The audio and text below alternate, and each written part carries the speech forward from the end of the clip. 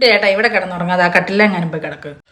പിന്നെ ഈ night duty കഴിഞ്ഞ് വരുമ്പോൾ എവിടെ ഇരുന്നാലും ഉറങ്ങി പോവുക.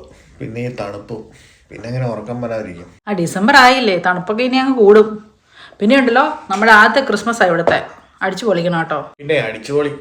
പള്ളിയിലെങ്കിലും പോകാൻ പറ്റിയാൽ മതിയായിരുന്നു ഈ തണുപ്പത്ത്. ഓ തണുപ്പ് ഒരു 5-6 ബനിയനൊക്കെ ഇട്ട് അങ്ങ് പുറത്തിറങ്ങിയാൽ മതി, അപ്പോൾ ഓക്കെയാ. പിന്നെ 5-6 ബനിയൻ, അതൊക്കെ നാട്ടിലെ ക്രിസ്മസ്. കരോളും പുൽക്കൂടും രാത്രിയിലെ പള്ളിപ്പോക്കും അതൊക്കെ ഇനി എന്ന് കൂടാൻ പറ്റുമോ? ഇത്രയും നാളായില്ലേ നീ വന്നിട്ട്, ഇപ്പോഴും നീ നാട്ടിലെ കാര്യങ്ങൾ പറഞ്ഞുകൊണ്ടിരിക്കുവാണോ?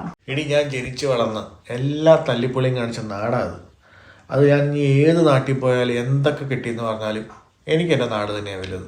ഓ നിങ്ങൾക്ക് അത്ര അറ്റാച്ച്മെന്റ് ആണെങ്കിൽ ഒരു കാര്യം ചെയ്യും, ടിക്കറ്റ് എടുത്ത് നാട്ടിൽ പോയി ക്രിസ്മസ് ആഘോഷിച്ചിട്ട് വാ. എനിക്കൊരു കുഴപ്പമില്ല. അതായത് നിന്റെ കുഴപ്പം ആരാ നോക്കുന്നത്? ഞാൻ ഇനി പോവുകയാണെങ്കിലുണ്ടല്ലോ തിരിച്ചു വരാത്ത രീതിയിലേ പോകത്തുള്ളൂ.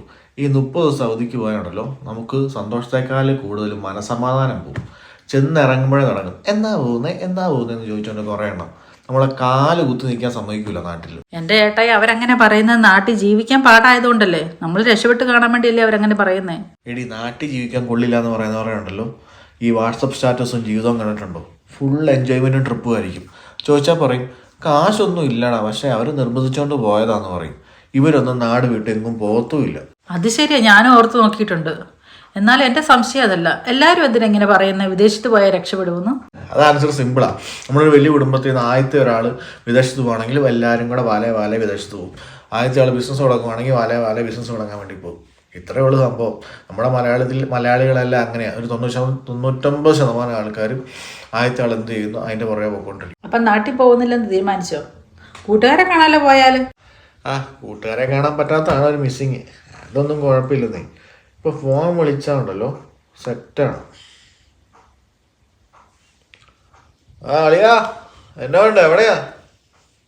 ഹോസ്പിറ്റലിലോ? എന്നാ പറ്റിയേ? അയ്യോ മിണ്ടുന്ന സംസാരിക്കൊന്നും ഇല്ലേ? എന്നാ പറ്റിയതാണാ? അയ്യോ ആയിക്കോട്ടെ, ശരി.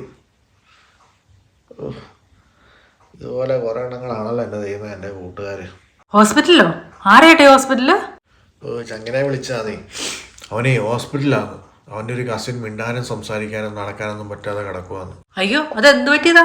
ഇത് തന്നെ ഞാൻ അവനോടും ചോദിച്ചത്. അപ്പം ആ മരമട്ടൻ എന്നോട് പറയുക അവൻ്റെ കസിൻ ചേച്ചിക്ക് ഉണ്ടായ ഒരു കൊച്ചിൻ്റെ കാര്യമാണ് പറയുന്നത്. ഉണ്ടായിട്ട് 2 ദിവസമേ ആയുള്ളെന്ന്.